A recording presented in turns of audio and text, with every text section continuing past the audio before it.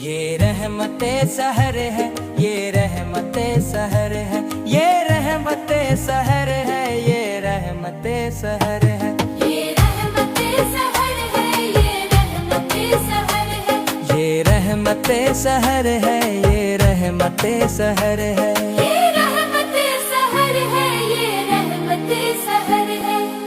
اور اتنے خوبصورت سیٹ کو سجانے کے پیچھے پوری ٹیم کا ہاتھ ہے، اور خصوصی طور پہ ڈاکٹر بلند اقبال صاحب۔ جی بالکل، بلند بھائی تو ہمیشہ سے آگے آگے رہتے ہیں، صف اول میں رہتے ہیں، تو میں چاہوں گا کہ آپ سب کو بہت مبارک ہو۔ اور یہ جیسے ابھی آپ لوگ بات کر رہے تھے کہ رمضان کے حوالے سے یا مہنگائی کے حوالے سے، اچھا ایسا نہیں ہے کہ صرف ہم پاکستان میں ہی بات کرتے ہیں، دنیا بھر میں جب جاتے ہیں تو یہ سب چیزیں ایسے ہیں، اور پانچوں انگلیاں برابر نہیں ہیں۔ جہاں کرونا میں لوگوں نے لوٹا تو لوگوں نے بانٹا بھی بہت ہے، اور آپ ہی کی ٹرانسمیشن کے تھرو آپ کو پتہ ہے اس وقت میں کسی کمپنی کو ریپرزینٹ کرتا تھا، برانڈ ایمبیسڈر تھا، اور بہت ساری چیزیں بٹی ہوئی، اور ہوتا ہے ایسا۔ لیکن ہوتا یہ ہے کہ تنقید برائے تنقید پہ ہم نہیں بیٹھے ہوئے، کیونکہ جب رمضان کا مہینہ آتا ہے، برکتوں کا مہینہ آتا ہے، تو ظاہر سی بات ہے کہ اس وقت شیطان تو ہمیشہ سے اس کی پوری کوشش ہوتی ہے، لیکن ہم سب لوگ مل کے ہی اس کا قابو پاتے ہیں۔ اور ابھی بھی ایسے لوگ موجود ہیں جو اس وقت راشن کی مد میں، فطرے کی مد میں، زکوٰۃ کی مد میں بہت کام کر رہے ہیں۔ بہت سارے ہاسپٹلز ابھی آپ دیکھ لیں کام کر رہے ہیں، اور وہ مطلب فلاحی کام تو کر رہے ہیں، لیکن اس رمضان کے حوالے سے بہت سارے ایسے لوگوں کو جن کو میں جانتا ہوں، جن کا میں آپ کے سیٹ پہ ابھی نام نہیں لے سکتا، لیکن وہ پس پردہ بہت سارے لوگ کام کرتے ہیں، جس میں آپ کے چینل کے مالکان ہیں، وہ لوگ بہت بڑا کام کرتے ہیں، کردار ادا کرتے ہیں۔ تو یہ سب کرنا چاہیے، ہم سب کو مل جل کر یہ کام کرنا چاہیے۔ بالکل، اس میں کوئی شک نہیں۔ اچھا، بات ہو رہی ہے فلاحی کاموں کی، تو ماشاءاللہ اشرف میمن بھائی بھی فلاحی کاموں میں بڑھ چڑھ کر حصہ لیتے ہیں۔ اشرف بھائی، ابھی مستقبل قریب میں ویلفیئر کے حوالے سے کیا پلان ہے آپ کے؟ دیکھیں، ابھی جو مہنگائی ہے نا، کسی وقت ہم جو ایک بیگ بناتے تھے نا تو 2500 روپے کا ایک بیگ بڑا سفیشینٹ بالکل ایسے گڈس آ جاتے تھے، اس میں رمضان 20 دن 15 دن اچھے سے گزر جاتے تھے۔ ابھی جو ایک بیگ ہے تقریباً 6000 روپے کا، بخدا 6000 روپے کا، وہ 2500 کا، یہ 3 سال پہلے کی بات کر رہا ہوں میں، اور اس وقت میں بھی بہت سارے پروگرام ہم وقتاً فوقتاً کرتے رہے۔ تو مہنگائی نے اتنا کچھ چینج کر دیا ہے کہ عام آدمی تو بیچارہ پیس ہی رہا ہے، لیکن جو مڈل مین ہے وہ بھی بری طرح اس کے سرکل میں آ گیا ہے۔ اچھا، ہوتا ہے کیا ہے کہ ایک بجٹ ہوتا ہے ایک آدمی کا ویلفیئر کا کام کرنے کا۔ مثال میں پاک پیمنٹ سے کام کر رہا ہوں، تو میں کسی وقت 1000 بیگ کر رہا تھا، اب مجھے وہ 800 بیگ کرنے پڑ رہے ہیں، مثال ایک بات کر رہا ہوں۔ تو اسی طرح سے بہت ساری چیزیں۔ اچھا، دوسری بات یہ ہے کہ میڈیکل میں بڑا کام کرنے کی ضرورت ہے۔ ہمارے یہاں جس طرح سے یہ جو کمپنیاں ہیں، میں تنقید کو نہیں کر رہا، میں پریکٹیکل لوگوں کو احساس دلانے کی بات کر رہا ہوں۔ ہمارے یہاں بہت ساری چیزیں نیگیٹیوٹی میں بلا وجہ نہیں کہنی چاہیے، لیکن جو تکالیف ہیں، جو مسائل ہیں، تو وہ لوگوں کو بہت زیادہ تکلیف دے رہے ہوتے ہیں، اور بہت ساری رکاوٹیں ہیں۔ تو ہم سب لوگ بیٹھے ہیں ان حقائق کو سامنے رکھتے ہوئے اس کو بہتر طریقے سے ہی پیش کرنا ہے، لیکن اس کو اجاگر بھی کرنا ضروری ہے۔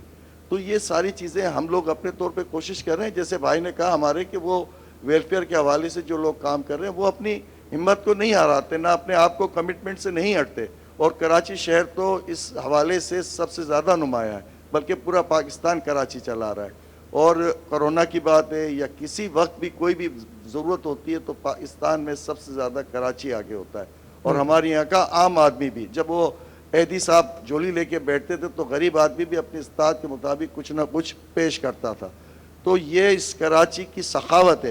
ابھی میں ایک پروگرام نہیں بلکہ ایک میں دیکھ رہا تھا ایک بات کہ میں اس کو کہ ہو یہ رہا تھا کہ ایک صاحب نے ابھی ایک پروگرام کیا، ایک فقیر بن کے 1 گھنٹے میں اس نے 9000 روپے کمائے۔ 9000 ایک گھنٹے میں؟ وہ ویل چیئر پہ تھے، میرے دوست ہیں اور کافی یوٹیوبر ہیں، اور بڑا زبردست ان کے بڑے پروگرام ہیں خاص طور پہ نشیوں کے لیے۔ تو وہ انہوں نے کیا 1.5 گھنٹے کا، اس نے بتایا وہ ایسے علاقے میں تھے جو ریچ علاقہ تھا۔ تو اب ہماری ذمہ داری کیا ہے کہ حقدار تک پہنچنا چاہیے، دینا تو ہے، آپ نے کوشش کریں۔ وہ ہوتا ہے راستے میں ہم جیسے راشن دیتے تھے، کرونا کی بات کی بھائی نے، تو وہ راشن پھر ہمیں دکانوں پہ ملتے تھے۔ اسی طرح ہمارا سب سے بڑا جو ہے بیگ بنا کے بانٹنا نہیں ہے، اس کو حقدار تک پہنچانا سب سے۔ اسی طرح سے جو بھی کام آدمی کر رہا ہے اپنی جگہ پہ، اس کی سب سے بڑی ذمہ داری ہے کہ وہ اس آدمی تک پہنچے جس کا حق ہے۔ اور یہی سب سے بڑا ہمارا کردار ہے، تاکہ قبولیت جب ہی ہوگی. ہم وہ فارمل طریقے سے روڈوں پہ دے دیتے ہیں، وہ پروفیشنل لوگ جو ہے وہ سارا اس کا استعمال کرتے ہیں. تو بس یہی دو باتیں ہیں جس کے لیے آگے بڑھنا چاہیے ہمیں، اور جس کی جتنی استطاعت ہے اتنا بہتر طریقے سے کام کرے. اور رمضان تو ہے ہی فضیلتوں کا مہینہ، تو اس میں جتنا کرو گے اتنا کم ہے. تو اللہ ہم سب کو ہدایت دے اور ہم اس کام کو بڑھ چڑھ کر کریں. آمین آمین. صحیح. اچھا فیصل بھائی، رمضان کے اندر لوگ کھانا چھوڑ دیتے ہیں، پینا چھوڑ دیتے ہیں، لیکن ایسا کیوں ہے کہ جھوٹ بولنا نہیں چھوڑتے، دھوکہ دینا نہیں چھوڑتے؟ کیا وجہ ہے اس کی، جبکہ شیطان تو قید ہو جاتا ہے جیسی ماہ رمضان کی آمد ہوتی ہے؟ سر یہ تو آپ نے ایسی بات کر لی ہے کہ اس پہ کیا کہیں گے. اصل میں ہوتا یہ ہے کہ رمضان کا مہینہ جب آتا ہے، برکتوں کا مہینہ آتا ہے، اس میں یہ بھی آپ دیکھیں کہ بہت سے ایسے لوگ ہیں جو شاید ایک وقت بھی نماز نہیں پڑھتے، لیکن وہ جب روزہ رکھتے ہیں تو یہ احساس دلاتا ہے روزہ کہ یار ابھی نماز پڑھنا. وہ دیکھتا ہے بچہ پڑھ رہا ہے یا پڑوسی پڑھ رہا ہے تو وہ خود کھڑا ہو جاتا ہے اور وہ کوشش کرتا ہے کہ 5 وقت نماز پڑھے. تو دیکھیں یہی وہی والی بات ہے کہ احساس والی بات ہے. اچھا اس پروگرام کے توسط سے ایک بات ضرور کہوں گا کیونکہ وہ میرے ذہن میں چل رہی تھی کہ گل پلازا کے ابھی آپ نے دیکھا کہ گل پلازا کا اتنا بڑا سانیہ ہوا اور وہاں پر لوگ کروڑ پتی لوگ جو ہے روڈ پر آ گئے. آج یہ سانیہ کیونکہ اتنا بڑا سانیہ ہے، اس میں ہماری جو گورنمنٹ ہے وہ جو بھی کچھ کر رہی ہے، میں صرف اتنا کہوں گا کہ اس میں وہ بچے، خاص طور پہ وہ سیلز مین، دیکھیں نا وہ تو وہ لوگ ہیں جو ماہانہ سیلری پہ کام کرتے ہیں، ان کو تو کوئی سرمایہ ان کے پاس نہیں ہے. تو اگر ہم کچھ بھی ہیلپ کرتے ہیں، ہم کوئی بھی، جیسے ابھی اشرف بھائی بتا رہے تھے کہ ویلفیئر کے حوالے سے کام کرتے ہیں، اصل ضرورت ان کو ہے، ان لوگوں کو ہے، اس خاندان کو ہے جو اس میں صحیح سے ڈسٹرب ہوا ہے. وہ سیلز مین لوگ یا وہ بچے جو اس میں کام کرتے تھے، وہ لڑکے، دیکھیں نا وہ اتنا بڑا ایک گل پلازا کا حادثہ ہوا ہے. تو کیونکہ یہ حادثے اس طرح کے کراچی کے اندر یہ بہت بڑا حادثہ ہے، تو میں صرف یہی کہوں گا کہ آپ کے پروگرام کے توسط سے، اس سیٹ ٹی وی کے ٹرانسمیشن کے توسط سے، کہ کم از کم جو ویلفیئر کا کام کر رہے ہیں، جو این جی اوز کا کام کر رہے ہیں، جو ہمارے اس وقت جو لوگ بھی، چاہے وہ سرمایہ دار ہیں، چاہے وہ کسی پروجیکٹ سے کام کر رہے ہیں، تو ان کو چاہیے کہ ان بچوں کے لیے کام ضرور کریں. بہت ہی خوبصورت پیغام. اور ایک بریک لیں گے، لیکن بریک سے قبل ہم شامل کریں گے حاجی ناصر یامین صاحب کی آواز میں خوبصورت کلام پیش کر رہا ہوں کہ بلغ العلا بکمالہ، بلغ العلا بکمالہ، کشف الدجی بجمالہ، حسنت جمیع خصالہ. پڑھیے صلو علیہ وآلہ، صلو علیہ وآلہ.